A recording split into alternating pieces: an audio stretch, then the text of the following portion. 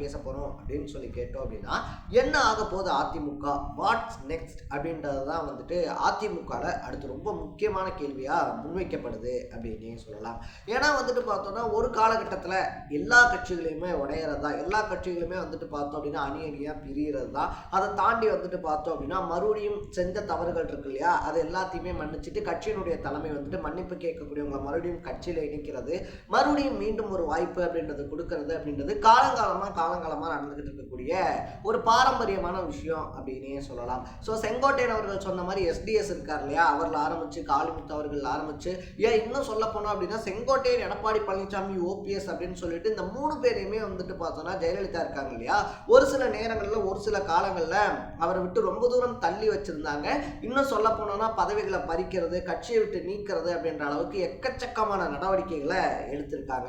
But அதே 3 பேருமே வந்துட்டு பார்த்தோம்னா தவறுகளை திருந்தி மறுபடியும் வந்துட்டு கட்சி வேலைகளை சரியா பண்ணி இனிமேல் பண்ண தப்ப பண்ண மாட்டோம் அப்படின்னு சொல்லி மன்னிப்பு கேட்டதுக்கு அப்புறமா அவங்களுக்கு அமைச்சரவையில மிக முக்கியமான பொறுப்புகள் அப்படின்றதையும் கொடுத்து அழகு பார்த்திருக்காங்க ஜெயலலிதா அப்படின்னு தான் சொல்லணும். ஸோ அப்படி வந்துட்டு பார்த்தோம் அப்படின்னா ஒரு அசைக்க முடியாத ஆட்சி அப்படின்னு வந்துட்டு சொல்லுவாங்க இல்லையா, எம்ஜிஆர் காலத்துல இருந்த ஆட்சியா இருந்தாலும் சரி, ஜெயலலிதா அவர்கள் கொடுத்த ஆட்சியா இருந்தாலும் சரி, இன்னும் சொல்லணும் அப்படின்னா எம்ஜிஆர் கூட வந்துட்டு அவருடைய சமகால பால்ய நண்பன் அப்படின்னு கூட வந்துட்டு சொல்லலாம். ஐ மீன் எப்படி சொல்றதுன்னா அரசியல்ல, ஏன்னா அரசியல்ல வந்துட்டு ஆரம்ப புள்ளிகள்ல எம்ஜிஆர் இருக்கார் இல்லையா, எம்ஜிஆர் கூட சேர்ந்து கருணாநிதியா இருந்தாலும் சரி, கருணாநிதி கூட சேர்ந்து எம்ஜிஆரா இருந்தாலும் சரி, பல மேடைகள்ல ஒன்னா பேசியிருக்காங்க. அதை தாண்டி அரசியல் ஒன்னா கத்துக்கிட்டு இருந்திருக்காங்க.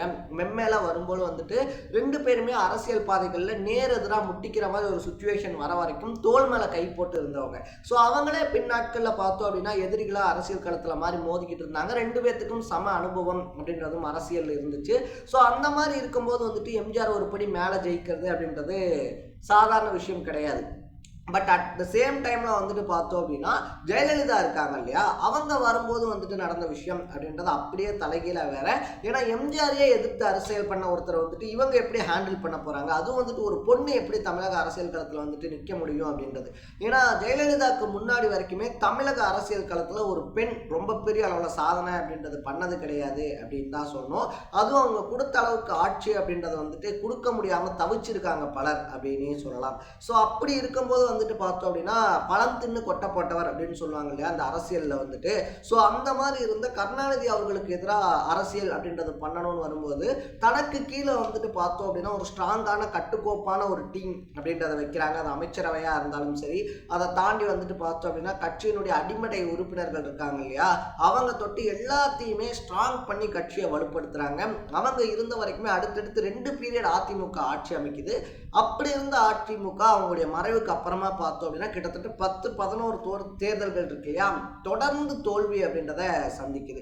அதுவும் வந்துட்டு பார்த்தோம் அப்படின்னா சட்டமன்ற தேர்தலா இருந்தாலும் சரி, ராஜ்யசபா தேர்தலா இருந்தாலும் சரி, அது மட்டும் இல்லாமல் உள்ளாட்சி தேர்தல்களா இருந்தாலும் சரி, நகர்ப்புற உள்ளாட்சி தேர்தல், கிராமப்புற உள்ளாட்சி தேர்தல் அப்படின்னு சொல்லிட்டு எந்த தோல்வியா இருந்தாலும் அதிமுக என்ன வியூகம் வகுத்தாலும் ஜெயிக்க முடியல அப்படின்ற கொஸ்டின் வருது.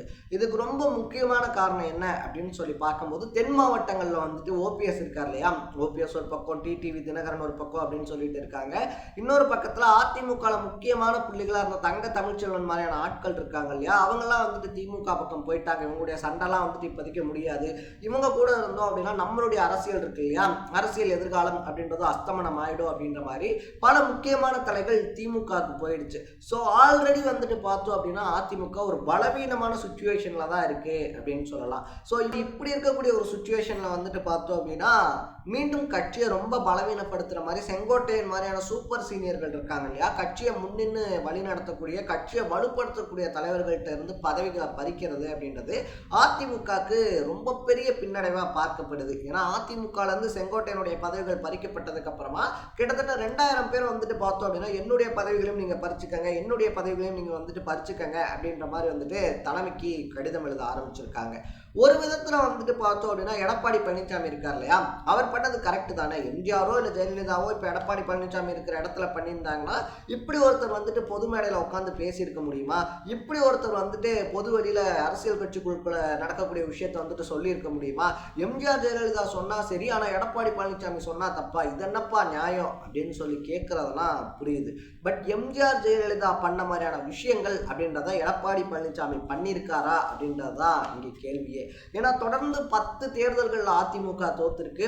அதுல குறைஞ்சபட்சம் பாதிக்கு பாதி ஒரு 5 தேர்தலாவது ஜெயிச்சு திமுகக்கு சரிசமமான பதிலடி அப்படின்றத கொடுத்து 2026ல பாஜக இல்லைனாலும் பரவாயில்ல, ஜெயலலிதா பண்ண மாதிரி சின்ன சின்ன கட்சிகள் இருக்கு இல்லையா, அதை வச்சு கூட்டணி மூலியமா ஆட்சியை பிடிக்க முடியும் அப்படின்ற அளவுக்கு அதிமுக இருந்துருந்துச்சு அப்படின்னா அந்த அளவுக்கு வெற்றிகள் அப்படின்றத ஒரு தலைவரா எடப்பாடி பழனிசாமி கட்சிக்கு பெற்று தந்திருந்தாரு அப்படின்னா இத்தனை பேச்சுகள் அப்படின்றது வந்திருக்காது. எடப்பாடி பழனிசாமி இருக்கார் இல்லையா, அவருக்கும் நிதர்சனம் அப்படின்றதெல்லாம் புரியாமலாம் கிடையாது.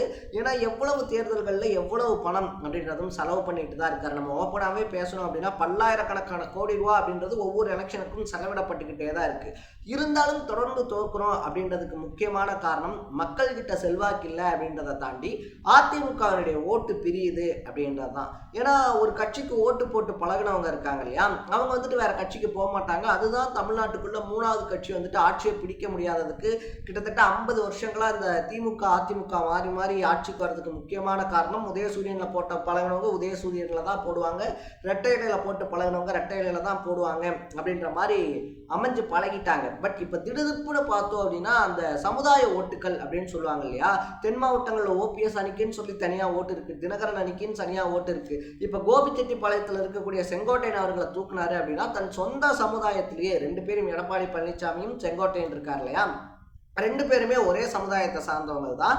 ஸோ அந்த ஓட்டும் 2ஆ பிரியும். அதை தாண்டி வந்துட்டு பார்த்தோம் அப்படின்னா அப்படி என்னப்பா தப்பா பண்ணிட்டா செங்கோட்டையன், இவருக்கு முன்னாடில இருந்து கட்சியில இருக்காரு, எம்ஜிஆர் பார்த்து நிப்பாட்டினாலு, எம்ஜிஆர் காலத்துல எம்எல்ஏ மாவட்ட செயலாளராக இருந்தவர், அவர் சொல்லிட்டாரு, அதை கேட்கறதுக்கு இவனுக்கு என்ன அப்படின்ற மாதிரி வந்துட்டு பார்த்தோம்னா கிராமப்புறங்கள்ல சர்வ சகலமா எடப்பாடி பழனிசாமிக்கு எதிராக கண்டனங்கள் எழ ஆரம்பிச்சிருக்கு அப்படின்னு தான் சொல்லணும். இன்னொரு பக்கத்துல பார்த்தோம் அப்படின்னா ஓபிஎஸ், சசிகலா, தினகரன் அப்படின்னு சொல்லி செங்கோட்டையனுக்கு சிவப்பு கம்பளம் விரிச்சு வரவேற்க ஆரம்பிச்சிருக்காங்க.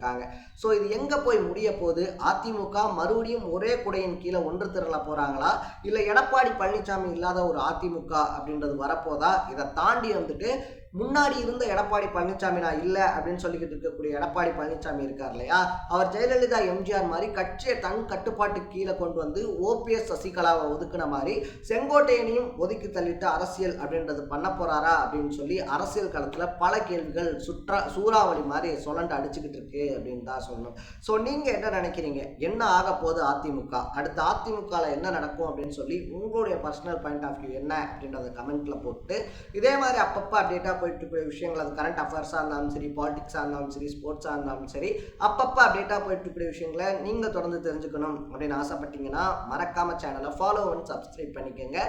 நாளைக்கு இதே மாதிரி இன்னொரு இன்ட்ரெஸ்டிங்கான வீடியோவோட சந்திக்கலாம். தட பை பை.